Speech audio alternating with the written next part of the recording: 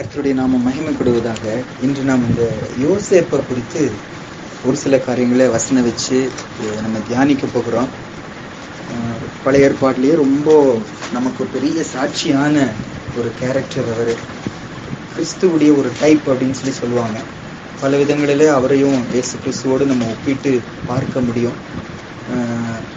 கிறிஸ்து தான் நமக்கு முன்மாதிரி, அவருடைய லைஃப் தான் நமக்கு முன்மாதிரி. அதே போல பழைய ஏற்பாட்டில் யோசேப்பின் வாழ்க்கை நமக்கு ஒரு எக்ஸாம்பிள பல விதங்களில் நம்ம வைத்துக்கொள்ள முடியும். ஆதியாகம புஸ்தகத்துல முடிவுல வரும்போது யோசேப்பை தான் ஆண்டவர் நமக்கு முன்னால அதுல வைக்கிறாரு. எந்த வேத பகுதியும் 1 கொரிந்தியர்ல சொல்லும்போது கடைசி நாட்களிலே இருக்கிற நமக்கு எச்சரிப்பு உண்டாகும்படி இவைகள் எழுதப்பட்டிருக்கிறது என்று சொல்லி, அப்ப ஆண்டவர் எதிர்பார்க்கிறது இது. நம்ம அப்படி இருக்கிறோமா இல்லையா என்று சொல்லி நம்ம ஆராய்ந்து பார்ப்பதற்காக தான் வேத வசனங்கள் நமக்கு எழுதப்பட்டிருக்கிறது. பழைய ஏற்பாடுல அவ்வளோ வெளிப்பாடு இல்லை. இயேசு கிறிஸ்துவின் ரத்தம் சிந்தப்படவில்லை.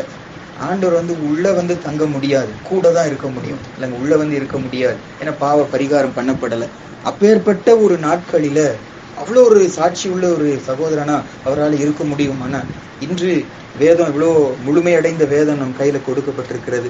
நமக்குள்ள ஆவியானவர் வாசம் பண்ணுகிறாரு. சபையின் ஐக்கியத்தை நமக்கு கொடுத்திருக்கிறாரு. எவ்வளோ சத்தியங்களை நமக்கு ஆண்டவர் கற்றுக் கொடுத்திருக்கிறாரு. அப்போ அன்றைக்கு அவர் அப்படி வாழ முடியுமானா, இன்றைக்கு இருக்கிற நாமும் அப்படி வாழணும் என்பது நமக்கு அது ஒரு பெரிய சவாலா இருக்கும். ஒரு சில காரியங்களை யோசேப்பின் வாழ்க்கையில் எடுத்து பார்க்க போகிறோம். முதல்ல அவருடைய பெயருடைய அர்த்தத்தை கொஞ்சம் எடுத்து பார்க்க போறோங்க. ஆதியாகமம் 30ஆம் அதிகாரம் 24வது வசனம். ஆதியாகமம் 30ஆம் அதிகாரம் 24ஆம் வசனத்துல, ராகேலுக்கு ரொம்ப நாட்களா அவள் மழடியா இருந்தாங்க. ஆண்டவர் அவரை கர்ப்பத்தை திறந்து இந்த குழந்தையை கொடுக்குறாங்க. அப்போ அந்த குழந்தைக்கு இந்த பேர் வைக்கிறாங்க. அது சொல்லும்போது ஏன் இந்த பேரை வச்சாங்க என்று சொல்லி கூட அங்க எழுதப்பட்டிருக்குங்க.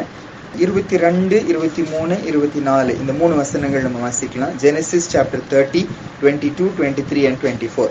தேவன் ராகேலை நினைத்தருளினார். அவளுக்கு தேவன் செவி கொடுத்து அவள் கர்ப்பம் தரிக்கும்படி செய்தார். அவள் கர்ப்பவதியாகி ஒரு குமாரனை பெற்று, தேவன் என் நிந்தையை நீக்கிவிட்டார் என்றும், இன்னும் ஒரு குமாரனை கர்த்தர் எனக்கு தருவார் என்றும் சொல்லி அவனுக்கு யோசேப்பு என்று பெயரிட்டார். அப்போ யோசேப்புங்கிற வார்த்தைக்கு அர்த்தம் தேவன் என் நிந்தையை நீக்கிவிட்டார் என்றும், இன்னும் ஒரு குமாரனை கர்த்தர் எனக்கு தருவார் என்றும் சொல்லி யோசேப்பு என்று பெயரிட்டார். ஆனா அந்த யோசேப்புங்கிற வார்த்தைக்கு அர்த்தம் he will add அப்படின்னு அர்த்தமா. God will add, God may add. கர்த்தர் சேர்ப்பார், கர்த்தர் இன்னும் சேர்த்து கொடுப்பாரு, இன்னும் அதிகப்படுத்துவாரு. அந்த நம்பிக்கையில கொடுத்தாரு. ஏன்னா ரொம்ப நாள குழந்தைகள் இல்ல, இப்ப ஆண்டவர் கொடுத்திருக்காரு, இன்னும் கொடுப்பாருங்கிற நம்பிக்கையில அந்த பேரை வைத்தாங்க அப்படின்னு சொல்லி வாசிக்கிறோம். இன்னைக்கு எனக்கும் உங்களுக்குங்க, நான் இதை தியானிக்கும் போது யோசேப்புடைய கேரக்டர் நமக்கு முன்னால நிறுத்தி யோசேப்பின் வாழ்க்கைய வச்சு நம்ம லைஃப்ல God will add அப்படிங்கிற எண்ணம் நமக்கு இருக்கணும். அப்படின்னு என்ன அர்த்தம்னாங்க, அவருடைய குணாதிசயத்தை முன்னால பார்க்கிறோம், நம்முடைய குணாதிசயத்தை பார்க்கிறோம். அப்ப நம்மகிட்ட குறைவை பார்க்கிறோம். ஆண்டவரை இன்னும் எங்களுக்குள்ள ஆட் பண்ணுங்க.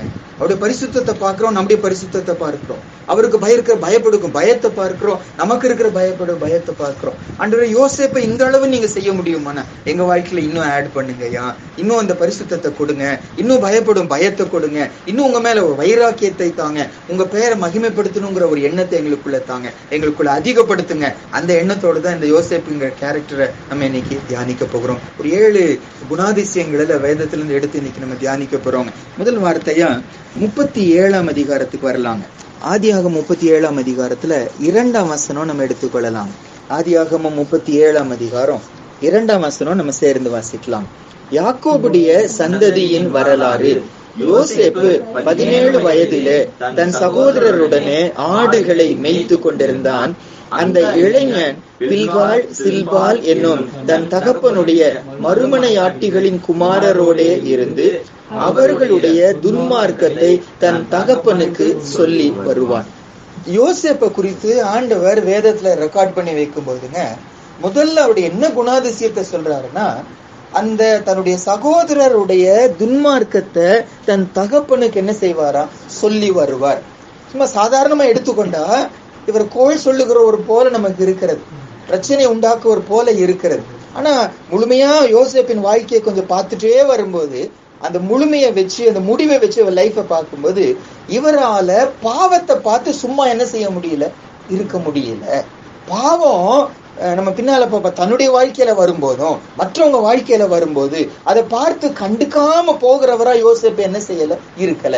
என்ன செய்ய முடியுமோ அதை செய்தார். ஒருவேளை இங்க அவங்க மேல குற்றம் சாட்டும்படி அப்பாட்ட சொன்னாங்கன்னு சொல்லி சொல்ல முடியாது.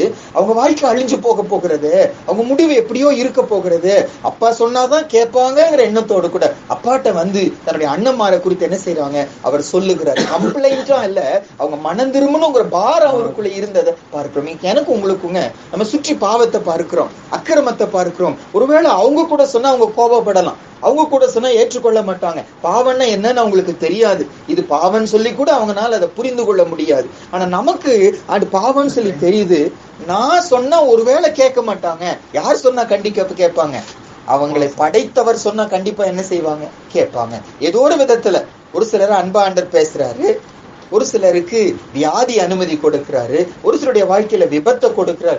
என்னவோ என்ன செஞ்சு யோபு புஸ்தகத்துல சொல்லும்போது படுகொலிக்கு தப்பு வைக்க முடியாதான் அன்று இப்படி அநேக முறை மனுஷருடைய லைஃப்ல என்ன செய்கிறாராம், பலவீனங்களை, வியாதிகளை, கஷ்டத்தை அனுமதி கொடுக்கிறார். கஷ்டம் வரும்போது ஏன் என்று என்ன செய்யறாங்க, யோசித்து பார்க்க ஆரம்பிக்கிறாங்க. ஏன் இந்த பலவீனம், ஏன் இந்த கஷ்டம் என்று சொல்லி நம்ம ஒரு சில வசனம் சங்கீதத்துல வாசிக்கலாம் பாருங்க.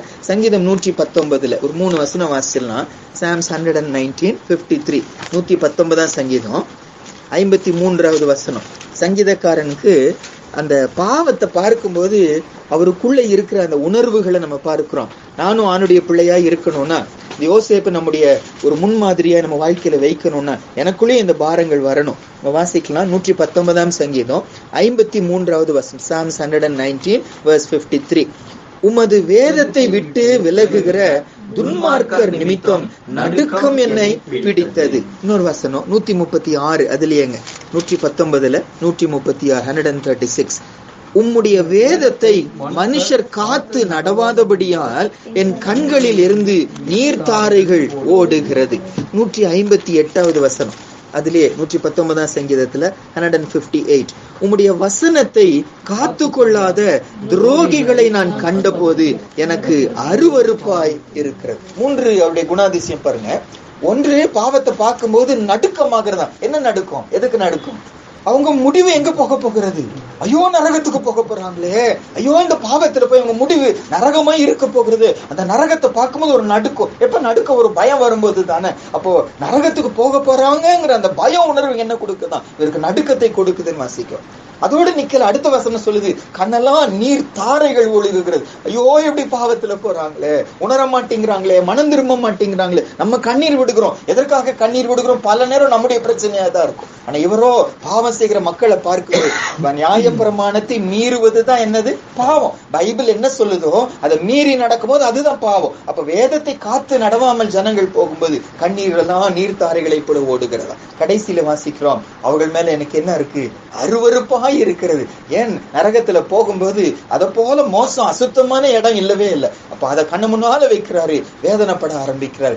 யோசேப்பு பாவத்தை பார்த்த போது யார்கிட்ட சொன்னா சரியாகுமோ அவர்கிட்ட போய் சொல்ல ஆரம்பிச்சார். இன்னைக்கு நானும் நீங்களும் நம்ம லைஃப்ல சுற்றி பாவத்தை பார்க்கிறோம், அக்கிரமத்தை பார்க்கிறோம். அதை பார்க்கும்போது என்னுடைய ரெஸ்பான்ஸ் என்ன. லோத்தை குறித்து வாசிக்கும் போதுங்க, லோத்துடைய ஒரு ரெஸ்பான்ஸ் பாருங்க. 2 பேதுரு இல்லைங்க, 2 பேதுரு 2ஆம் அதிகாரத்துல 6, 7, 8 வாசிக்கலாம். 2 Peter chapter 2, 6, 7 and 8. 2 பேதுரு 2ஆம் அதிகாரம் 6, 7, 8. 2 பேதுரு 2ஆம் அதிகாரம் 6, 7, 8 வாசிக்கலாமாங்க. சோதோம் கொமோரா என்னும் பட்டணங்களையும் சாம்பலாக்கி கவிழ்த்து போட்டு ஆக்கினைக்குள்ளாக தீர்த்து பிற்காலத்திலே அவபக்தியாய் நடப்பவர்களுக்கு அவைகளை திருஷ்டாந்தமாக வைத்து அக்கிரமக்காரருக்குள் வாசமாய் இருக்கையில் அவர்களுடைய காம விகார நடக்கையால் வருத்தப்பட்டு நாள்தோறும் அவருடைய அக்கிரம கிரியைகளை கண்டு கேட்டு நீதியுள்ள தன்னுடைய இருதயத்தில வாதிக்கப்பட்ட நீதிமானாகிய லோத்தை அவர் ரட்சித்து இருக்க. லோத்துடைய ரெஸ்பான்ஸ் அதை பார்க்கும்போது நாள்தோறும் பார்த்து இருதயத்துல வருத்தம் உண்டாச்சா, இருதயத்துல வாதிக்கப்பட்டாரா.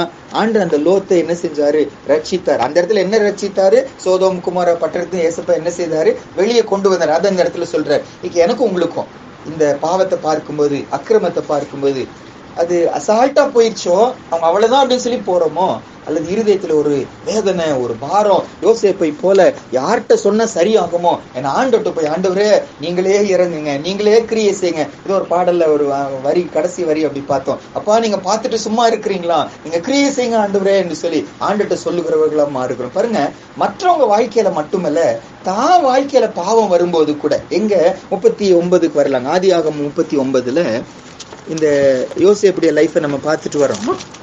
மற்றவங்க லைஃப்ல பாவம் வரும்போது தன்னுடைய தகப்பன்கிட்ட போய் சொன்னாரு.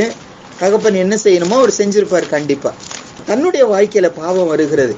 ஆதியாகமம் 39ஆம் அதிகாரத்துல 9ஆம் வசனம் வாசிக்கலாம், சேர்ந்தே வாசிக்கலாம். ஜெனசிஸ் 39:9 வாசிக்கலாம். இந்த வீட்டிலே என்னிலும் பெரியவன் இல்லை, நீ அவருடைய மனைவியாய் இருக்கிறபடியால் உன்னை தவிர வேற ஒன்றையும் அவர் எனக்கு விலக்கி வைக்கவில்லை. இப்படி இருக்க நான் இத்தனை பெரிய பொல்லாங்குக்கு உடன்பட்டு தேவனுக்கு விரோதமாய் பாவம் செய்வது எப்படி என்றான். 12ஆம் வசனத்துல அந்த சூழ்நிலை வந்த போது அந்த இடத்தை விட்டு என்ன செஞ்சுட்டான்னா ஓடி போயிட்டான் என்று சொல்லி வாசிக்கிறோம். தன்னுடைய வாழ்க்கையில பாவம் வரும்போதுங்க, அவரை பாவத்திலிருந்து விலக்க வைத்தது எதுன்னாங்க, ஆண்டவர் குறித்த ஒரு பயம். அந்த என்ன சொல்லி சொல்றாரு, இவ்வளோ பெரிய பொல்லாங்குக்கு உடன்பட்டு தேவனுக்கு விரோதமாய் நான் பாவம் செய்வது எப்படி, என் ஆண்டவருக்கு விரோதமா நான் எப்படி நான் செய்வேன், என் ஆண்டவரை நான் எப்படி வேதனைப்படுத்துவேன். அப்ப நான் இந்த தப்பு செய்யும் போது இது அந்த போத்திபாருக்கு விரோதமா செய்கிறது ஒரு பக்கம் இருந்தாலும் அப்படி என்னவா இருந்துச்சு, இது ஆண்டவருக்கு விரோதமா நான் என்ன செய்கிறேன், நான் செய்கிறேன். மனுஷனுக்கு விரோதமா செய்கிறது போல இருந்தாலும், அரசாங்கத்துக்கு விரோதமா செய்கிறது போல இருந்தாலும், உண்மையா நம்ம யாருக்கு விரோதமா செய்யறோம், கர்த்தருக்கு விரோதமா செய்கிறோம். இந்த உணர்வு, பாவத்தை குறித்து யோசேப்புக்கு இந்த உணர்வு இருந்துச்சுன்னு வாசிக்கிறோம். எனக்கும் யோசேப்பு ஒரு எக்ஸாம்பிளா இருப்பது உண்மையானா, மற்றவங்க வாழ்க்கையிலும் சரி நம்முடைய வாழ்க்கையிலும் சரி, பாவம் வரும்போது ஆண்டவரே இது உமக்கு விரோதமாய் நடக்கிறது, என் வாழ்க்கையில மற்றவங்க வாழ்க்கை உணர்வோடு கூட இயேசுபாட்ட போவோம், அவர்கிட்ட சொல்வோம், கிருபை பெற்றுக்கொள்வோம், அதுல இருந்து நம்ம வெளியே வருவோம். ஒன்று. இரண்டாவதுங்க, ஆதியாகமம் 39ஆம் அதிகாரத்துல முதல் 2 வசனம் நம்ம வாசிக்கலாங்க. இந்த இடத்துல யோசேப்பை அடிமையாய் விற்றுட்டாங்க. அப்போ போத்திபாருங்கிறவங்க அவங்கள விலை கொடுத்து வாங்கிட்டாங்க. அவருடைய ஆரம்ப நாட்களை குறித்து முதல் 2 வசனங்கள் நம்ம சேர்ந்து வாசிக்கலாம். ஜெனசிஸ் 39:1-2. யோசேப்பு எகிப்துக்கு கொண்டு போகப்பட்டான். பார்வோனுடைய பிரதானியும் தலையாரிகளுக்கு அதிபதியுமாகிய போத்திபார் என்னும் எகிப்து தேசத்தான் அவனை அவ்விடத்திற்கு கொண்டு வந்த இஸ்மவேலரிடத்தில் விலைக்கு வாங்கினான். கர்த்தர் யோசேப்போடே இருந்தார். அவன் காரிய சித்தி உள்ளவனானான். அவன் எகிப்தியனாகிய தன் எஜமானுடைய வீட்டிலே இருந்தான். 21ஆம் வசனமும் அதுலயே, ஆதியாகமம் 39:21. இப்பொழுது நடுவில் நிறைய சம்பவம் நடக்கிறது. அவனை சிறைச்சாலையில போட்டுட்டாங்க. இப்போ அந்த சிறைச்சாலையில இருக்கிறாரு. அப்ப அவரை பத்தி சொல்ற ஒரு சாட்சி 21. கர்த்தரோ யோசேப்போடே இருந்து அவன் மேல் கிருபை வைத்து சிறைச்சாலை தலைவனுடைய தயவு அவனுக்கு கிடைக்கும்படி செய்தார். இன்னொரு வசனம் கூட வாசிக்கலாம். அதே 39ல 5வது வசனங்க. 39ல 5வது வசனம். அவனை தன் வீட்டுக்கும் தனக்கு உண்டான எல்லாவற்றிற்கும் விசாரணைக்காரன் ஆக்கினது முதற்கொண்டு கர்த்தர் யோசேப்பின் நிமித்தம் அந்த எகிப்தியன் வீட்டை ஆசீர்வதித்தார்.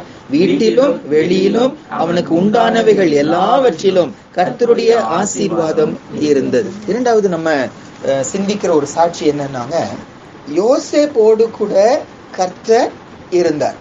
இப்ப கர்த்தர் கூட இருப்பாருன்னா நம்ம என்ன நினைப்போம்னா, எனக்கு பிரச்சனையே வரக்கூடாது, கர்த்தர் கூட இருப்பாருன்னு எல்லாம் நல்லா நடக்கணும், நினைச்ச நேரம் ட்ரெயின் வந்துடணும், நான் பாலக்காடு போனோம்னா உடனே என்ன செஞ்சிடும், நான் போயிடணும், எங்க அம்மாவுக்கு சுகமாகணும்னு உடனே என்ன செஞ்சிடும், சுகமாயிடும், பிரச்சனையே வரக்கூடாது, அம்மா கீழே விழக்கூடாது, எனக்கு எல்லாம் நல்ல சம்பளம் கடை போற இடத்துல எல்லாம் நல்லா நடக்கும் நம்ம நினைப்போம். யோசிப்பு வாழ்க்கையில் அப்படி இருக்கவே இல்லை.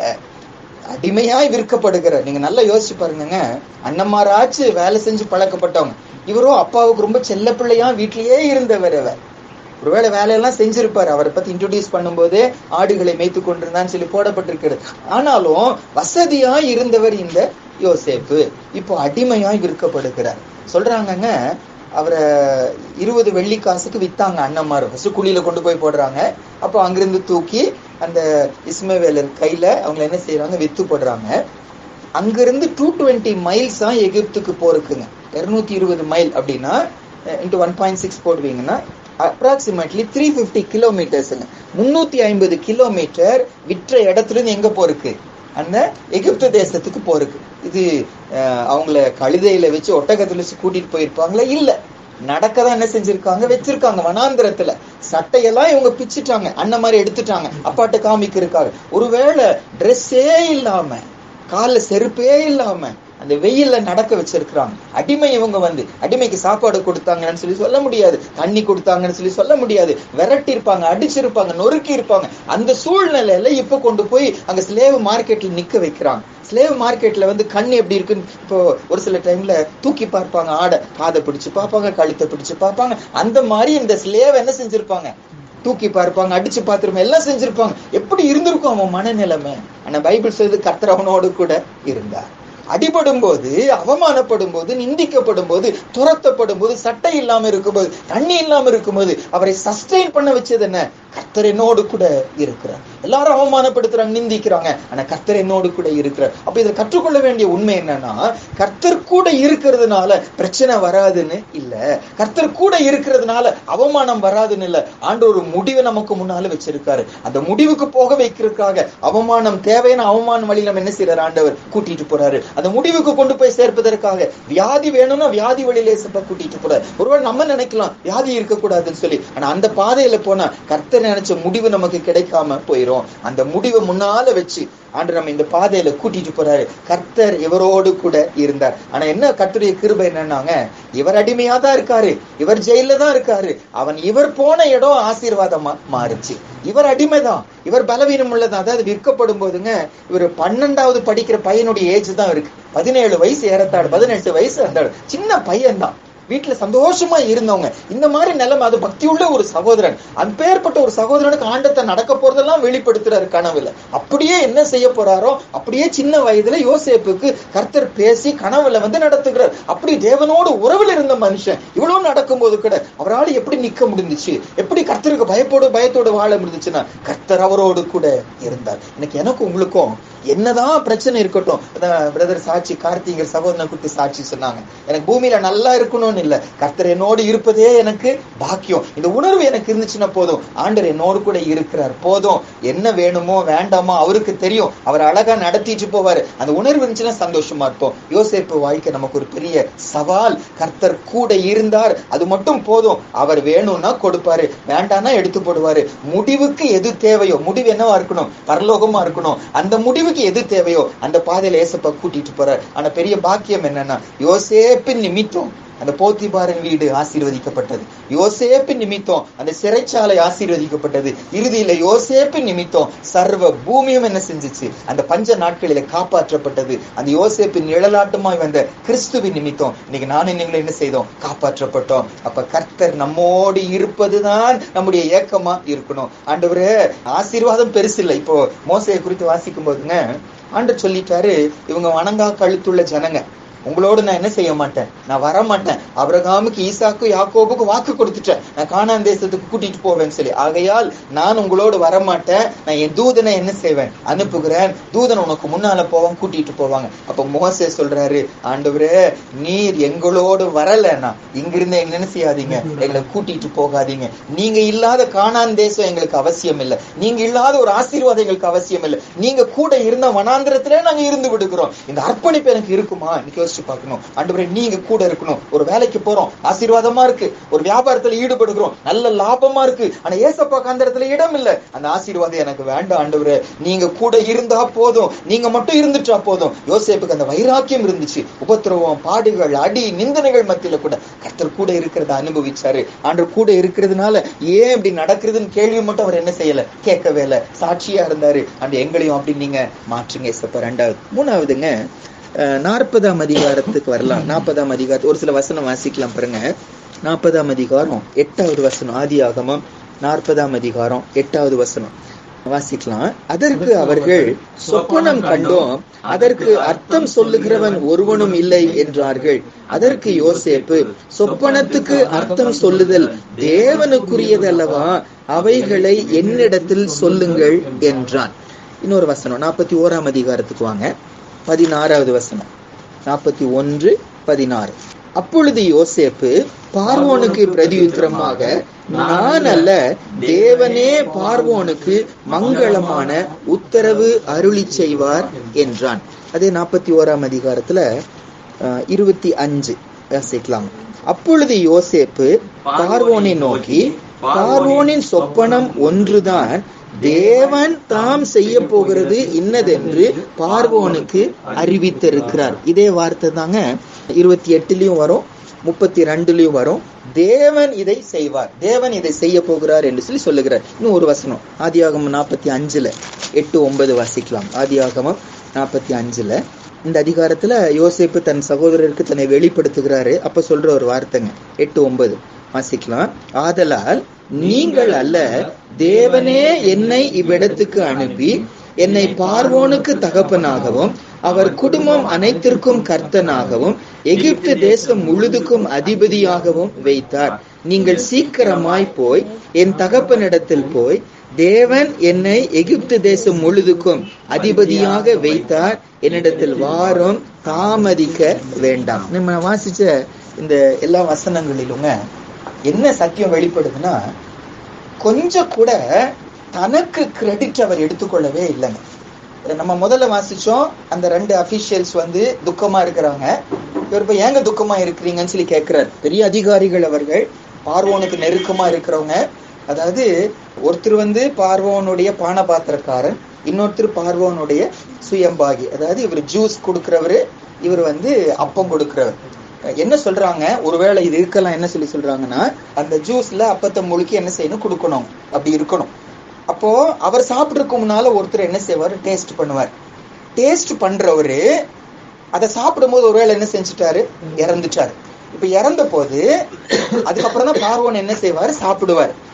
அப்ப இறந்ததுனால இந்த ஒண்ணு ஜூஸ்ல பிரச்சனை இருக்கணும், அல்லது எதுல பிரச்சனை இருக்கணும், அப்பத்துல பிரச்சனை இருக்கணும். அதனாலதான் ஜூஸுக்கு தலைவராக அவரை கொண்டு போய் ஜெயில போட்டுட்டாங்க, அப்பத்துல தலைவராக அவரை கொண்டு போய் ஜெயில போட்டிருக்காங்க. அதுக்கப்புறம் விசாரணை நடக்கிறது. விசாரணையில புரிஞ்சுட்டாங்க ஜூஸ்ல பிரச்சனை இல்ல, எங்கதான் பிரச்சனை, அப்பத்துல பிரச்சனைன்னு சொல்லி அப்ப சம்பந்தப்பட்டவரை கொண்டு போய் தூக்குல போடுறாங்க. அவர் என்ன செய்யறாங்க, விடுதலை ஆக்குறாங்க. நான் ஏன் இதை சொல்றேன்னா, அந்த அளவு ஹை அபிஷியல்ஸ் தான் இவங்க 2 பேரும். அவங்க 2 பேரும் துக்கமுகமா இருக்கிறாங்க. இவரோ ஒரு அடிமை, இவர சிறைச்சாலையில இருக்கிறாங்க. தான் துக்கத்தை பெருசுப்படுத்தாம அவங்க துக்கத்தை பெருசுபடி, ஏங்க துக்கமா இருக்கிறீங்கன்னு சொல்லி கேட்கிறாங்க. அவங்க பதில் சொல்லுகிறாங்க, பாருங்க, இவருக்கு நல்லா தெரியும் இவர் அடுத்தது அங்க ஒருத்தர் போக போறாருன்னு சொல்லிட்டு, இங்க நான் சொல்லுகிறேன்னு சொல்லி கிரெடிட்டை தனக்கு எடுத்துக்கொண்டா அவங்க பார்வையில யோசேப்புடைய இமேஜ் இன்னும் அதிகமாகும். ஆனா இவரோ தேவன் தான் அந்த பதில் என்ன செய்வாரு, கொடுப்பாரு என்று சொல்லுகிறார்.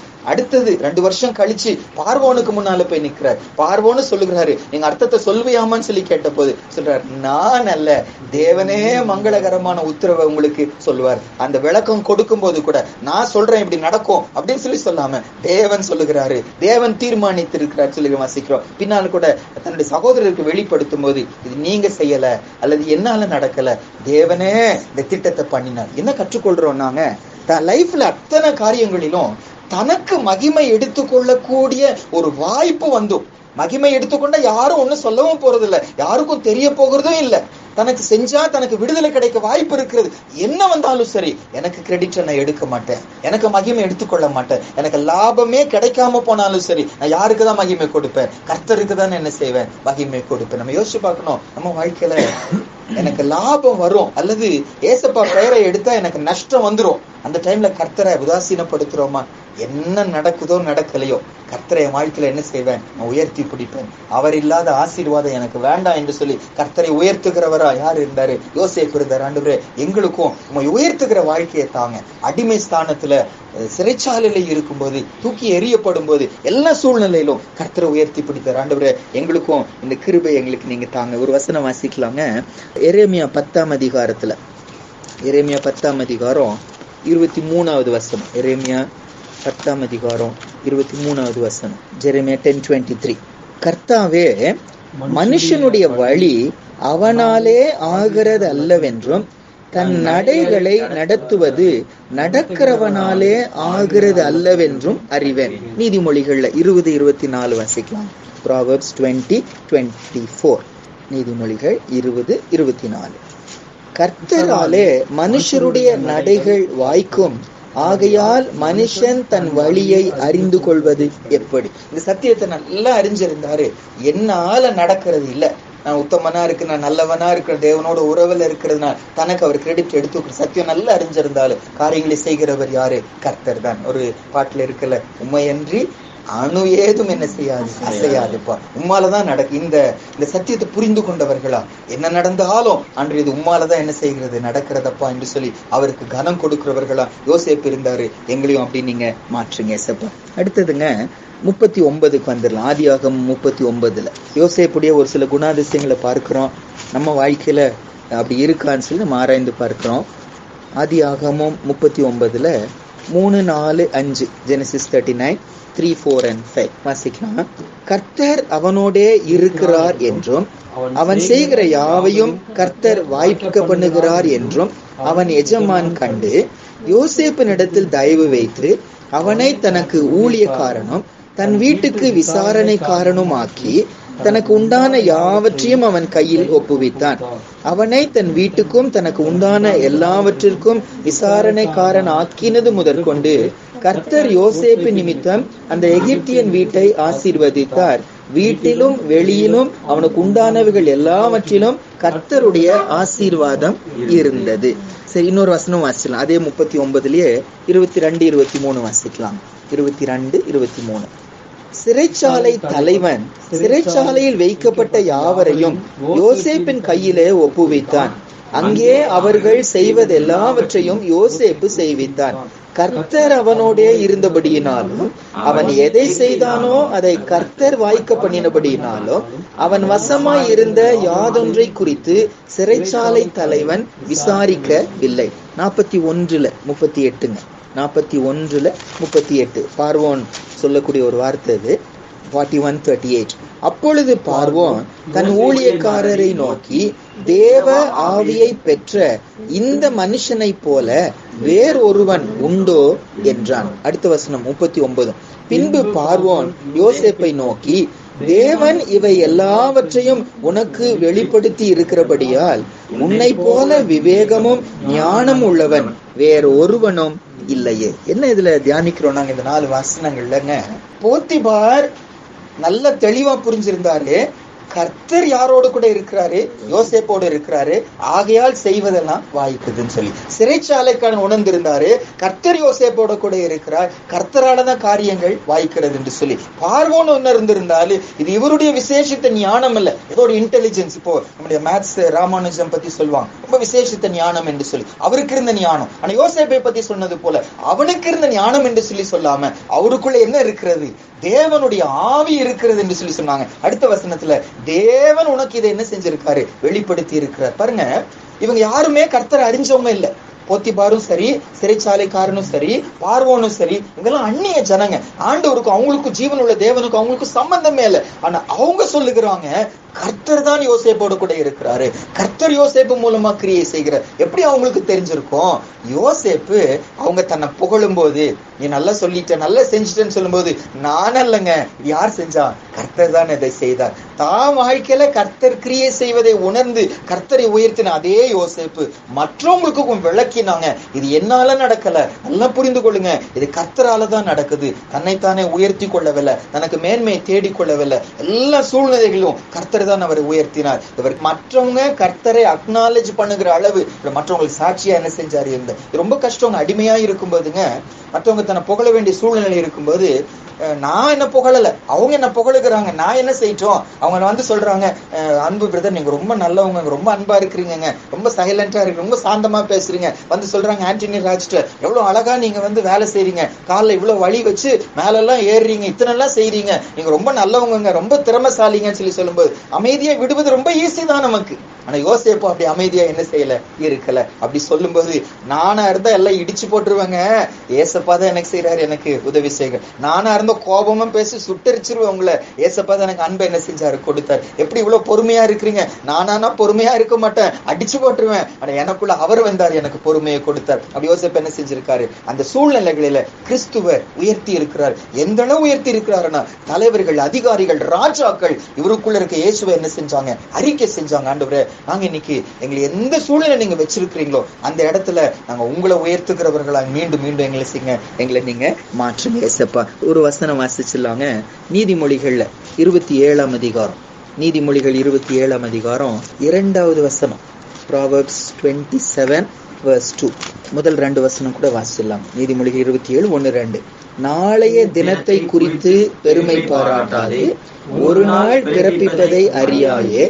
உன் வாய் அல்ல புறத்தியானே உன்னை புகழட்டும், உன் உதடு அல்ல அந்நியனே உன்னை புகழட்டும். பாருங்க, பெரிய ஞானி சொல்லுகிறாரு, நீ உன்னை புகழாத, அந்நியன் உன்னை புகழட்டும். ஆனா யோசேப்புடைய ஸ்டாண்டர்டு என்னன்னா, இவர் புகழல, இவரும் தன்னை பத்தி உயர்த்தல. மத்தவங்க தன்னை உயர்த்தும் போது கூட அந்த உயர்வை தனக்கு எடுத்துக்கொள்ளாம, என்ன உயர்த்தாதீங்க, யாரை உயர்த்துங்க? கிறிஸ்துவ உயர்த்துங்க, என் ஆண்டவரை உயர்த்துங்க, கர்த்தரால நடக்குது என்று சொல்லி அந்த அளவு அவருடைய ஸ்டாண்டர்ட் பழைய ஏற்பாடுல அந்த அளவு உயர்ந்து இருந்துச்சு. இன்னைக்கு நானும் நீங்களும் நம்ம வாழ்க்கையில எல்லா சூழ்நிலைகளிலும் இது என்னால நடக்கல, இது கர்த்தரால தான் நடக்குது என்று சொல்லி கர்த்தருக்கு மகிமை செலுத்துக்கிறவங்க எந்த அளவு மற்றவங்க நம்ம கூட சொல்லணும், கர்த்தர் ஆண்டனி ராஜோடு இருக்கிறாருங்க, அதனாலதான் அந்த அளவு இருக்கிறாரு. கர்த்தர் அன்போடு கூட அன்பு பிரதரோடு இருக்காங்க, அதனாலதான் இப்படி இருக்கிறாங்க. கர்த்தர் சுதாகரோடு இருக்கிறாங்க, அதனால எப்படி இருக்கிறாங்கன்னு சொல்லி கர்த்தரை காட்டுவோம்னா உலகம் கர்த்தர் பக்கமா சீக்கிரம் என்ன செஞ்சிரும், வந்துருமே. அடுத்ததுங்க 41:51-52 வாசிக்கலாம். 5வது குறிப்பா நம்ம பார்க்கிறோம் இந்த யோசேப்பை குறித்து. ஆதியாகமம் 41:51-52. இதனுடைய பின்னணி என்னன்னாங்க, யோசேப்பை பார்வோன் அங்கீகரிக்கிறாரு, ஏற்றுக்கொள்ளுகிறாரு. அது பெரிய பொறுப்புக்கு பார்வோனுக்கு அடுத்தபடியான ஒரு மனுஷனா இந்த யோசேப்பு நியமிக்கப்பட்டுட்டார். அப்ப நியமிக்கும் போதே யோசேப்பிட்ட அவர் சொல்லிட்டாரு, எங்க ஊருடைய ஆசாரியனுடைய மகளை அஸ்னாத்துங்கிறவங்களுக்கு உங்களை நான் என்ன சரி திருமணமா பண்ணி கொடுக்குறேன்னு சொல்றான். இப்போ உங்க 2 பேருக்கு திருமணம் ஆகிறது, குழந்தை பிறக்குது. நீங்க நல்லா கவனிச்சு பாருங்க, இவர் ஒரு அடிமைங்க, சரியாங்க, இவர் ஒரு அடிமை. இஸ்ரவேலர் இந்த எகிப்தியருக்கு பைபிள் சொல்லுது அருவருப்பானவர்கள் என்று சொல்லி, சரியாங்க. பின்னால நம்ம வாசிப்போம், அருவருப்பான அவங்க அண்ணன்மாட்ட வரும்போது அவங்களுக்கு இந்த மாட்டு தொழில், ஆடு மேய்க்கிறதெல்லாம் அவங்க ரொம்ப அருவருப்பானவர்கள் என்று சொல்லி. அப்போ இவங்க சூழ்நிலை அப்படி தள்ளப்பட்ட ஒருத்தர், அடிமையா இருக்கிறவர் ஒருத்தர். மாமனார் மாமியாருடைய குடும்பம் யாருன்னா ஆசாரிய குடும்பம், பூஜாரி அப்படி சொல்லி சொல்றோம்ல, அந்த மாதிரி இருக்கிற ஒரு குடும்பம். அந்த பிரீஸ்டுடைய மகள் தான் அவனுடைய மனைவி. ஆனா இவர் ஜீவனுள்ள தேவனை பின்பற்றுகிறவர், அடிமையாய் இருக்கிறாரு, தேசமெல்லாம் விக்கிரக ஆராதனையில இருக்கிறார். அந்த சூழ்நிலையில கூடங்க குழந்தை பிறக்குது. அந்த குழந்தைக்கு என்ன பேர் வச்சாரு பாருங்க. ஆதியாகமம் 41:51-52 வாசிக்கலாம். யோசேப்பு என் வருத்தம் யாவையும் என் தகப்பனுடைய குடும்பம் அனைத்தையும் நான் மறக்கும்படி தேவன் பண்ணினார் என்று சொல்லி மூத்தவனுக்கு மனாசே என்று பெயரிட்டான். நான் சிறுமைப்பட்டிருந்த தேசத்தில் தேவன் என்னை பழுக பண்ணினார் என்று சொல்லி இளையவனுக்கு எப்ராயிம் என்று பெயரிட்டான். எப்ராயிம் மனாசேன்னு சொல்லி 2 பசங்க பிறக்கிறாங்க. இவனுடைய குடும்பம் எல்லாம் விக்கிரக ஆராதனை குடும்பம். ஆனா அந்த தேவனை அறிக்கை செய்வதற்கு அந்த இடத்துல அவர் மறக்கவே இல்லை. அவங்க பேர்லயே அர்த்தம் என்னன்னா, தேவன் மறக்க பண்ணினார், தேவன் பழுக பண்ணினார். அப்ப கூப்பிடும் போதெல்லாம் இவங்கெல்லாம் விக்கிரக ஆராதனையில இருக்கிறவங்க, கூப்பிடும் போதெல்லாம் தேவன் மறக்க பண்ணுகிறவர். பார்வோனே கூப்பிடுவாருன்னா அவர் தேவனோட பேரை என்ன செய்யணும், அறிக்கை செய்யணும். நீங்க சாதாரணமா பாருங்க, ரட்சிக்கப்பட்டு வர்றவங்க கிறிஸ்தவன் என்கிற தெளிவாய் தெரியக்கூடிய ஒரு பெயரை வைப்பதற்கு பல விதமா என்ன செய்வாங்கன்னு யோசிப்பாங்க.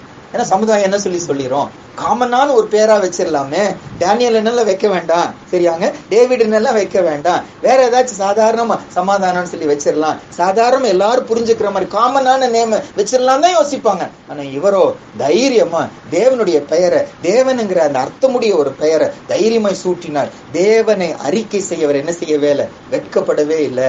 தன்னுடைய மனைவி ஆசாரியனுடைய பொண்ணு, ஆனாலும் தன்னுடைய மனைவி அவ இஷ்டத்துக்கு விட்டுறாம, இவங்களும் அவங்க வழியில போனாம தன் தேவனுக்காக வைராக்கியமாய் நின்னாரு. என்னதான் நடக்கட்டும், என்னதான் செய்யட்டும், தேவனை மட்டும் நான் என்ன செய்ய மாட்டேன், விட்டு கொடுக்க மாட்டேன். தேவன் இல்லாத ஒரு மனைவி எனக்கு அவசியம் இல்லை, தேவன் இல்லாத குடும்பம் எனக்கு அவசியம் இல்லை, தேவன் இல்லாத புகழ் எனக்கு அவசியம் இல்லை சொல்லி கர்த்தரை அவர் என்ன செய்தாரு, அறிக்கை செய்தார். இன்னொரு வார்த்தை கூடங்க, ஆதியாகமம் 43:23 வசனம். இங்க யோசேப்போடு கூட நெருக்கமா இருந்த ஒரு அதிகாரி, அவர் விசாரணைக்காரனுங்க, அவருடைய காரியங்கள் எல்லாம் அவர் தான் பாத்துக்கிறார். அந்த சகோதரனுடைய ஒரு அறிக்கை பாருங்க, 23. அதற்கு அவன், உங்களுக்கு சமாதானம், பயப்பட வேண்டாம், உங்கள் தேவனும் உங்கள் தகப்பனுடைய தேவனுமாய் இருக்கிறவர் உங்கள் சாக்குகளில் அதை உங்களுக்கு புதையலாக கட்டளையிட்டார். நீங்கள் கொடுத்த பணம் என்னிடத்தில் வந்து சேர்ந்தது என்று சொல்லி சிமியோனை வெளியே அழைத்து வந்து அவர்களிடத்தில் விட்டார். அதாவது இந்த ஜனங்க என்ன செய்யறாங்கன்னா, இது யோசேப்பு செய்யற ஒரு காரியம், அவங்க கொண்ட காசையும் அவங்க கிரெயின் பேக்ல வச்சு அனுப்பி விட்டுட்டாங்க. வீட்டுக்கு போய் கொட்டுறாங்க, காசும் உள்ள இருக்கு, பொருளும் உள்ள இருக்கு. பயந்துட்டாங்க, ஐயோ கண்டுபிடிச்சா என்ன செய்வாங்கன்னு சொல்லிட்டு. அதை இங்க வரும்போது அந்த விசாரணைக்காரன் சொல்லும் போது விசாரணைக்காரன் சொல்றாரு, தேவன் அதை உங்களுக்கு என்ன செய்தார், வாய்க்க பண்ணின. ஏன் அதை சொல்றேன்னா, அவரும் எகிப்தியன், அந்த விசாரணைக்காரனே எகிப்தியனா தான் இருந்திருக்கணும், எகிப்து தேவனை பின்பற்றினோம். ஆனா யோசேப்போடு சம்பந்தப்படும் போது தன் குடும்பத்தை மட்டும் கர்த்தருக்குள் நடத்துகிறவனா இருக்கவில்லை, தன்னோடு நெருங்கினவர்களையும் கர்த்தருக்குள் என்ன செய்தார், நடத்தினார் என்று வாசிக்கிறோம். இதை வாசிக்கும் போது ஆபிரகாமை குறித்து ஆண்டவர் ஒரு சாட்சி சொன்னாரு. சோதோம் குமாரா பட்டணத்தை அழிக்க போறதுக்கு முன்னாலங்க, நான் எப்படி ஆபிரகாமுக்கு மறைப்பேன் என்று சொல்றதுக்கு ஒரு காரணம் சொல்றாரு. ஆதியாகமம் 18:19. ஆதியாகமம் 18:19. ஏன் மறைக்க மாட்டேன், ஏன் சொல்லுவேன், ஒரு காரணத்தை அந்த இடத்துல சொல்றாரு. Genesis 18:19. ஆதியாகமம் 18:19 வாசிக்கலாம். கர்த்தர் ஆபிரகாமுக்கு சொன்னதை நிறைவேற்றும்படியாய் அவன் தன் பிள்ளைகளுக்கும் தனக்கு பின்வரும் தன் வீட்டாருக்கும் நீங்கள் நீதியையும் நியாயத்தையும் செய்து கர்த்தருடைய வழியை காத்து நடவுங்கள் என்று கட்டளையிடுவான் என்பதை அறிந்திருக்கிறேன் என்றார். என்ன சாட்சினாங்க, யோசேப்பு மட்டும் சாட்சியாய் இருக்கல, யோசேப்பு மட்டும் கர்த்தருடைய பிள்ளையாய் இருக்கல, தன்னுடைய குடும்பத்தை கர்த்தருக்குள்ள நடத்த அவர் வைராக்கியமா இருந்தாரு. தன்னோடு சம்பந்தப்பட்ட எல்லாரும் இந்த கிறிஸ்துவின் பக்கமா வருவதற்கு லைஃப் என்னவா இருந்துச்சு, சாட்சியா இருந்துச்சு. இன்னைக்கு பல நேரம் நம்ம பல ரீசன்ஸை சொல்லலாம், ஆனா எனக்குள்ள இருக்கிற வெளிச்சம் பிரகாசிக்குமான இல்லைங்க, பிசாசு எப்படி ஜெயிக்க முடியும், இருள் எப்படி ஜெயிக்க முடியும், எனக்குள்ள கர்த்தர் இருப்பது உண்மையானா, கர்த்தரை வல்லமையா வெளிப்படுத்துவது உண்மையானா, அந்த இடத்துல சாத்தான் என்ன செய்ய முடியாது, கிரியை செய்ய முடியாது. யோசேப்பு அப்படி வைராக்கியமா இருந்ததுனால மனைவி கர்த்தருக்குள்ள வந்தாங்க, பிள்ளைகளை கர்த்தருக்குள்ள நடத்தினாங்க, கூட இருக்கிற நெருக்கமான சர்க்கிள் எல்லாம் என்ன செஞ்சிச்சு, ஆண்டவர் பக்கமா வந்துச்சு. யோசேப்பு அப்படி ஒரு சாட்சியா இருந்தார். இன்னைக்கு ஏன் சாட்சி என்ன, என் வாழ்க்கை எப்படி இருக்கிற, என் குடும்பத்தை நான் கர்த்தருக்குள்ள நடத்துகிறேன்னா, அந்த பாரம் இருக்கிறதா, கர்த்தர் ஒரு நேரம் வச்சிருப்பாரு, ஆனா அந்த ஏக்கம் இருக்கிறதா, அந்த பாரம் இருக்கிறதா, நான் என்ன செய்யறது, அவங்க வரமாட்டேங்கிறாங்க அப்படின்னு விடுறோமா, இல்லாண்டவரே நீங்க ரட்சிக்காம நான் விட மாட்டேன், அவங்களும் வரணுமே, என் கூட இருக்கிறவங்க மேல பாரம் எனக்கு இருக்கணும், அந்த ஏக்கத்தோடு கூட நானும் சுவிசேஷ பணியில் ஈடுபடணும், நானும் என் வீட்டாரும் கர்த்தரை மட்டும்தான் என்ன செய்வேன், சேவிப்பேன். கர்த்தர் எனக்கு கொடுத்த பிள்ளைகளும் நாங்களும் இஸ்ரவேலிலே சேனைகளின் கர்த்தராலே அடையாளங்களாக அற்புதங்களாக இருக்கணும். யோசேப்பு அப்படி சாட்சியா இருந்தார் என்று சொல்லி வாசிக்கிறோம். அடுத்தது ஆதியாகமம் 45. ஆதியாகமம் 45 5ஆம் வசனமும் 7ஆம் வசனமும் வாசிக்கலாம். யோசேப்பின் வாழ்க்கையில இருக்கிற குணாதிசயங்கள் நம்ம வாழ்க்கையிலும் ஆண்டவரை இன்க்ரீஸ் பண்ணுங்க என்று சொல்லி நம்ம தியானிச்சுட்டு வர்றோம். யோசேப்பின் பெயரின் அர்த்தத்தின்படி ஆண்டவர் நம்மளையும் அப்படி செய்யணும் என்று சொல்லி பார்த்தோம். வாசிக்கலாம். என்னை இவ்விடத்தில் வரும்படி விற்று போட்டதினால் நீங்கள் சஞ்சலப்பட வேண்டாம், அது உங்களுக்கு விசனமாய் இருக்கவும் வேண்டாம். ஜீவ ரட்சனை செய்யும்படிக்கு தேவன் என்னை உங்களுக்கு முன்னே அனுப்பினார். 7வது வசனம். பூமியிலே உங்கள் வம்சம் ஒழியாமல் இருக்க உங்களை ஆதரிக்கிறதற்காகவும் பெரிய ரட்சிப்பினால் உங்களை உயிரோட காப்பதற்காகவும் தேவன் என்னை உங்களுக்கு முன்னமே அனுப்பினார். 6வது நம்ம பாக்குற அவருடைய குணாதிசயம் வந்துங்க, யோசேப்புக்கு வாழ்க்கையில வித்தியாசமா என்னதான் நடந்தாலும் அவருக்குள்ள ஒரு நிச்சயம் இருந்துச்சு, இதுக்கு பின்னால யார் இருக்காரு, கர்த்தர் இருக்கிறார். அவர் ஒரு நன்மையான தன்னுடைய திட்டத்தை என் லைஃப்ல என்ன செய்கிறாரு, செய்து கொண்டு போகிறார். ஆகையாவது அவருக்கு அதை அவர் வேதனைப்படுத்தவே இல்லை, அதை அவர் துக்கப்படுத்தவே, சோர்ந்து போகவே இல்லை. ஏன்டவர் எப்படி செய்றீங்கன்னு கேள்வி கேட்கவே இல்லை. பாருங்க, அண்ணன்மார் தப்பு செஞ்சவங்க, இந்த சகோதரனை கொண்டு போய் குழியில போட்டவங்க, சகோதரனை கொண்டு போய் காசுக்கு வித்து எப்படி இருந்திருக்கும் பையனுக்கு, சொந்த தம்பிய 20 வெள்ளி காசுக்கு விக்கிறாங்க, அடிமையா விக்கிறாங்க. நல்ல இடத்துல கொடுத்தா கூட பரவாயில்ல, அடிமையா நடத்துக்கிறவங்க கையில வெறும் 20 வெள்ளி காசுக்கு சொந்த தம்பியை கொடுக்கறாங்க. அந்த டைம்ல அப்பேற்பட்ட ஒரு அண்ணன்மார் பாவம் செஞ்சிருக்கிறாங்க. அவங்களுக்கு பிரச்சனை வரும்போது அவங்க கேள்வி கேட்கிறாங்க, தேவன் ஏன் இப்படி செஞ்சாரு. 42 42 28 ஆதியாகமம் 42:28. தன் சகோதரரை பார்த்து, என் பணம் திரும்ப வந்திருக்கிறது, இதோ அது என் சாக்கில இருக்கிறது என்றான். அப்பொழுது அவருடைய இருதயம் சோர்ந்து போய் அவர்கள் பயந்து ஒருவரை ஒருவர் பார்த்து, தேவன் நமக்கு இப்படி செய்தது என்ன என்று ஏன் ஆண்டவர் இப்படி செய்யறாரு? தப்பு செஞ்சிருக்கிறாங்க, பாவம் செஞ்சிருக்கோம், உணர்வு இல்லாம ஆண்டவரே எப்படி செஞ்சாரு? ஆனா யோசேப்போ என்ன செய்யல? கேள்வி கேட்கவே இல்லை. ஏன்பா இப்படி செஞ்சீங்க? வாக்கு கொடுத்த நல்லா கவனிச்சு பாருங்க. நான் சந்தோஷமா தான் இருந்தாருங்க. சடனா ஒரு கனவை ஏசப்பா கொடுக்கிறாரு. அந்த கனவை போய் சொல்றாரு. சொன்னதுல இருந்து இந்த யோசேப்புக்கு என்னதான் பிரச்சனை தான். ஆனால் ஏன் ஆண்டவரே கனவை கொடுத்து இப்படி என்ன பண்ணிட்டீங்க? கேள்வி கேட்கவே இல்லை. கர்த்தருடைய திட்டத்தை செய்கிறாரு. அவர் நன்மைக்காக தான் செய்கிறாரு. தேவன் இதை வாய்க்க பண்ணினார். பெரிய ரட்சிப்பை உண்டாக்கும்படி, உங்களை ஆதரிக்கும்படி, உங்களுக்கு முன்னாமே ஏசப்பா என்ன செய்ய அனுப்பிட்டார். நீங்க இப்படி செஞ்சிட்டீங்கன்னு வருத்தப்படாதீங்க. எனக்கு உங்களுக்கும் இன்னைக்கு நடக்கிற சம்பவங்கள் எல்லாத்துக்கும் பின்னால கர்த்தர் இருக்கிறார். அப்படி அனுமதி இல்லாம ஒண்ணு நடக்கிறது இல்ல. கர்த்தர் தான் கொடுக்கிறாரு, கர்த்தர் தான் எடுக்கிறாரு, கர்த்தர் தான் காரியங்கள் செய்கிறாரு. இந்த உணர்வு இருந்துச்சுன்னா எல்லா சூழ்நிலையிலும் ஆண்டவருக்கு நன்றி செலுத்துகிறவர்களா நம்ம இருப்போம். கடைசியா ஒரே ஒரு வார்த்தை 50ஆம் அதிகாரத்துக்கு வரலாம். 24 and 25 ஆதியாகமத்துடைய கடைசி வரும்போது இந்த யோசேப்பை குறித்து ஒரு சாட்சி பாருங்க.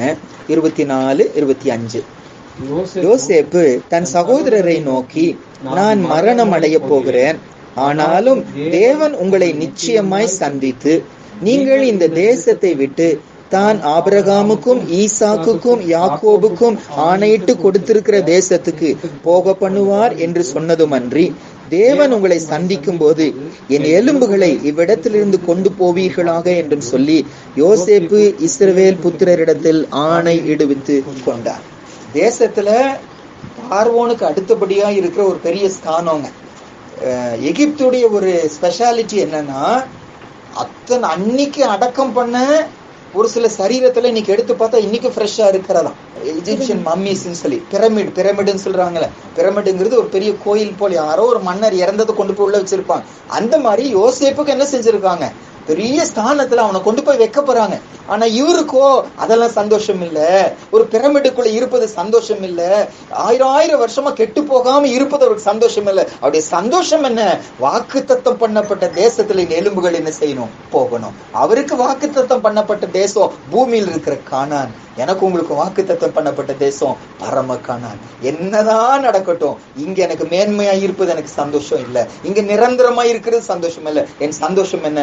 பரம கானானுக்கு நான் என்ன செய்யணும்? போகணும். யோசேப்புக்கு அந்த பாரம் இருந்துச்சு. இங்க வசதியா இருப்பது, பெயர் புகழோடு இருப்பது, எஜிப்சியன் மம்மி பண்ணி ஒரு பிரமிடுக்குள்ள வைத்து ராஜாவுக்குரிய கனத்தை பெறுவது, உலகத்துல பெரிய அந்தஸ்து அது.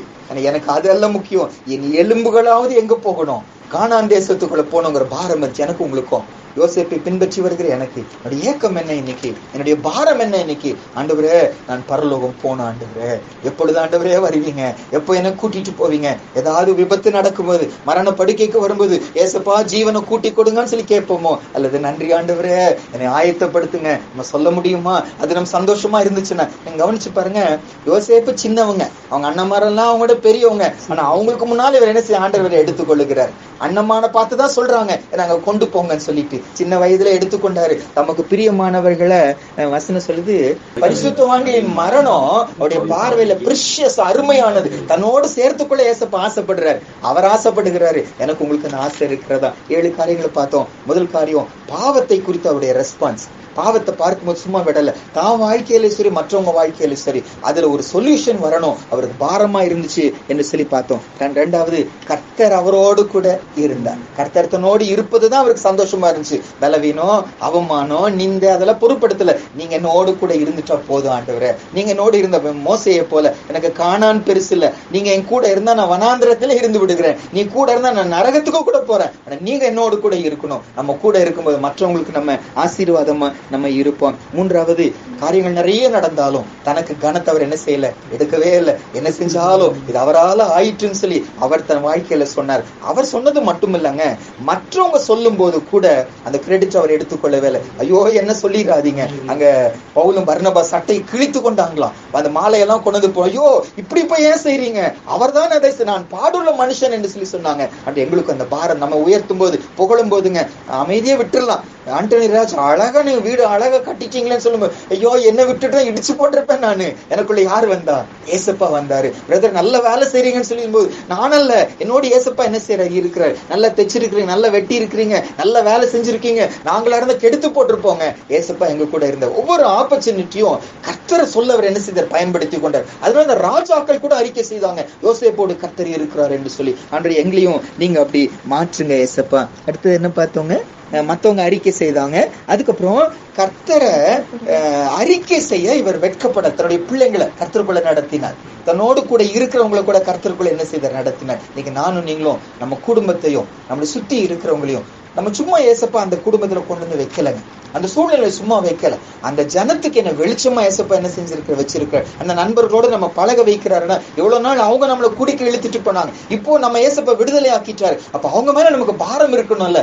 எங்க குடும்பம் கஷ்டப்பட்டுச்சு, இன்னைக்கு சந்தோஷமா இருக்கிறது, அவங்க கூட கஷ்டப்படுது, ஏசப்பாக்குள்ள அவங்க வரணும். நம்ம சொல்லாம இருக்க மாட்டோம், அமைதியா இருந்துட்டா செய்கிற ஒரு பெரிய துரோகம் என்கிற உணர்வு நமக்கு இருக்கணும் என்று சொல்லி பார்த்தோம். அடுத்தது 6வதாக பார்த்தோம், எல்லாத்துக்கும் பின்னால கர்த்தர் இருக்கிறார். அவருடைய திட்டம்னு ஒண்ணு இருக்கு, அழகா நடத்திட்டு போறாரு. இன்னைக்கு எனக்கு புரிந்து கொள்ள முடியாம போனா, ஆனா முடிவை முன்னால வச்சு ஏசப்பா என்ன செய்யறாரு, இப்படி கூட்டிட்டு போறாரு. அவர் நல்லதுக்காக தான் செய்கிறாரு. புரிந்து கொள்ள முடியாவிட்டாலும் எனக்கு ஏன் என்று கேள்வியே நான் கேட்காம, ஏசப்பா எனக்கு புரிஞ்சுக்க முடியல, ஆனா நீங்க நல்லதுக்காக தான் என்ன செய்றீங்க, இதை நீங்க செய்றீங்க, ஒத்துக்கொள்வோம், அறிக்கை செய்வோம், நன்றி சொல்லுகிறவங்க இருப்போம். கடைசியா என்னுடைய ஏக்கம், விருப்பம், ஆசையெல்லாம் பரம கனானுக்கு என்ன செய்யணும், நான் போகணும், என் எலும்புகள் போனா கூட போதும். யோசேப்பு சொல்லுகிறாரு, நம்முடைய ஆலயத்தின் வாசற்படியில ஒரு கால் மிதியா இருப்பதை நான் என்ன செய்வேன், நான் தெரிந்து கொள்வேன். எனக்கு உங்களுக்கும் ஆண்டவரே எப்படியாவது நான் என்ன செய்யணும், ராஜ்யத்துக்கு வரணும். பவுல் சொல்லுகிறாரு, எப்படியாவது உயிரோடு எழுப்பப்படுவதற்கு தகுதியாகும்படி எல்லாவற்றையும் நஷ்டம் என்று விட்டேன், குப்பையுமாக எண்ணுகிறேன். ஜெபம் பண்ணலாமா? ஆண்டுகிட்ட நம்ம அர்ப்பணிக்கலாம், கேட்ட வசனத்துக்கு நம்ம ஒப்பு கொடுக்கலாம். யோசேப்புன்னா இந்த பெயருக்கு அர்த்தம் God may add, God will add. ஆண்டவர் சேர்ப்பாரு, ஆண்டவர் கூட்டுவாரு, ஆண்டவர் பெருக பண்ணுவாரு, ஆண்டவர் அதிகப்படுத்துவார் என்று சொல்லி அர்த்தம். இன்னைக்கு எனக்கு உங்களுக்கு முன்னால யோசேப்புங்கிற ஒப்பற்ற ஒரு தேவ மனிதனை நிறுத்தி, அவருடைய சுபாவங்கள் என்ன நமக்கு முன்னால நிறுத்தி நம்ம ஆராய்ந்து பார்க்க வைத்தார். ஆண்டவரே, இதை தியானிக்கும் போது, இதை படிக்கும் போது, கேட்கும் போது, ஆண்டவரே நாங்க இப்படி இல்லையே, அந்த பாவத்தை குறித்த அந்த உணர்வு எங்களுக்கு இல்லையே ஏசப்பா, உம்மை மகிமைப்படுத்தணுங்கிற அந்த விருப்பம் எங்களுக்கு இருக்க மாட்டேங்குது.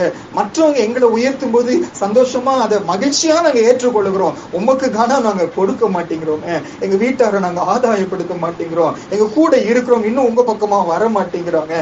தெய்வ திட்டம்னு சொல்லி நாங்க அர்ப்பணிக்காம, ஏன் ஆண்டவரே இப்படி செய்றீங்க, ஏன் ஆண்டவரே எனக்கு மட்டும் இப்படி செய்றீங்கன்னு கேள்வி கேட்கிறோமே. இப்படிலாம் நம்ம ஒப்பு கொடுப்போம். ஆண்டுகிட்ட கேட்போம், ஏசப்பா நாங்க குறை உள்ளவர்களா இருக்கிறோம், யூ வில் எங்களுக்குள்ள நீங்க சேர்ப்பீங்களே, நீங்க இன்க்ரீஸ் பண்ண முடியும், வர்த்திக்க பண்ண முடியும், செய்யுங்க ஆண்டவரே. முடிவு காணானா இருக்கணும். சேர்ந்து ஜெபிக்கலாம். மகா பரிசுத்தம் உள்ள எங்க நல்ல பரம தகப்பனே, ஆண்டவரே, இந்த நாளுக்காக உமக்கு நான் நன்றி செலுத்துகிறோம். தேவ சமூகத்துக்கு வரும்போது எங்க முன்னால வைக்கப்பட்ட இந்த வார்த்தைக்காக உமக்கு நான் நன்றி செலுத்துகிறோம். யோசேப்பை எங்க முன்னால நிறுத்தி, அப்பா, ஒரு ஒப்பற்ற ஒரு சாட்சியாய் நிறுத்தி நீங்க அர்ப்பணிப்பீங்களான்னு எங்களை கேட்கறீங்க.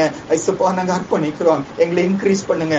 ஒவ்வொரு விஷயத்திலும் நாங்க குறை உள்ளவர்களா இருக்கிறோம். எங்க முன்னால நிறுத்தி ஒவ்வொரு குணாதிசயத்திலும் எங்களுக்குள்ள குறை இருக்கு சுவாமி, சீர்படுத்துங்க.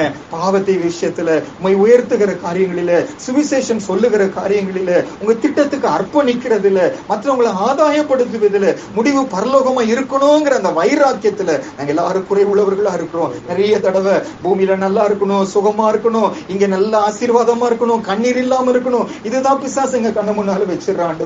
ஆனா யோசேப்போ அதை நினைக்கவே இல்லையா, கேள்வி கேட்கவே இல்லையா. கர்த்தர் தன்னோடு கூட இருக்கிறது மட்டும் அவருக்கு சந்தோஷம் கொடுத்துச்சு. அந்த சிறைச்சாலை அவருக்கு வேதனை கொடுக்கல, அந்த கூலி அவருக்கு வேதனை கொடுக்கல, அடிமையின் வாழ்க்கை அவருக்கு வேதனை கொடுக்கல, அவரை நிந்திக்கப்படுவது வேதனை கொடுக்கல. காரணம், கர்த்தர் அவரோடு கூட இருந்தாரு. இன்னைக்கு அவரோடு கூட இருந்ததே அப்படி இருக்குமானா, எங்களுக்குள்ளே நீர் வாசம் பண்ணுகிறீங்கன்னு சொல்லி சொல்லுகிறோமே, நான் உங்களுடைய ஆலயம் என்று சொல்லுகிறோமே, ஒரு வைராக்கியத்தையும் சந்தோஷத்தையும் எங்களுக்குள்ள தாங்க ஏசப்பா. உயர்த்தி பிடிக்கிற யோசேப்புக்கலாம் எங்களையும் மாற்றுங்க. உண்மை மட்டும் கனப்படுத்துகிற யோசேப்புகளும் எங்களை மாற்றுங்க. உங்க மகிமையை திருடாத யோசேப்புகளும் எங்களையும் மாற்றுங்க. எங்க குடும்பம் முழுதும் ஆதாயப்படுத்தணுங்கிற பாரம் உள்ளவர்களும் எங்களையும் இன்னைக்கு மாற்றுங்க. எங்க முடிவு பரலோகமா இருக்கணும், அந்த ஏக்கத்தை எங்களுக்கு தாங்க. தேவ திட்டத்துக்கு கேள்வி கேட்காம, நீங்க என்ன செய்கிறீங்க, ஏன் எப்படி செய்றீங்கன்னு கேள்வி கேட்காம அப்படியே சப்மிட் பண்ணுகிற யோசேப்புகளும் எங்களையும் மாற்றுங்க. இந்த வசனத்தை நாங்க மட்டும் இல்ல, ரெக்கார்டிங் மூலமா எங்கெல்லாம் கேட்கிறாங்களோ எல்லாருடைய முடிவும் கரம காணானா இருக்க பண்ணுங்க. ஒரு விராதிகள் இழந்து போயிடக்கூடாதுப்பா. ஒருவராவது நடுவுல விட்டுட்டு போயிடக்கூடாது. பாவத்தின் வஞ்சனையினால இழுக்கப்பட்டு போயிடக்கூடாது. சத்ரு அன்று அவங்களை விழ வைக்க கூடாது. ஒவ்வொருவரையும் தொடர்ந்து ஓட பண்ணுங்க. முடிவு பரலோகமா இருக்கிற வரைக்கும் தொடர்ந்து ஓட கர்த்தர் கிருபை கொடுங்க. விசுவாசத்தை துவக்குகிறவரும் முடிக்கிறவரும் ஆகிய உண்மையே நோக்கி நியமித்திருக்கிற ஓட்டத்துல பொறுமையோடு நாங்கள் எல்லாரும் ஓடி வர கர்த்தர் கிருபை கொடுப்பதற்காக உமக்கு நன்றி செலுத்துகிறோம். எல்லா துதியும் கனமும் மகிமையும் உமக்கு செலுத்தி இயேசுவின் மூலம் ஜெபிக்கிறோம் நல்ல பிதாவே. ஆமென்.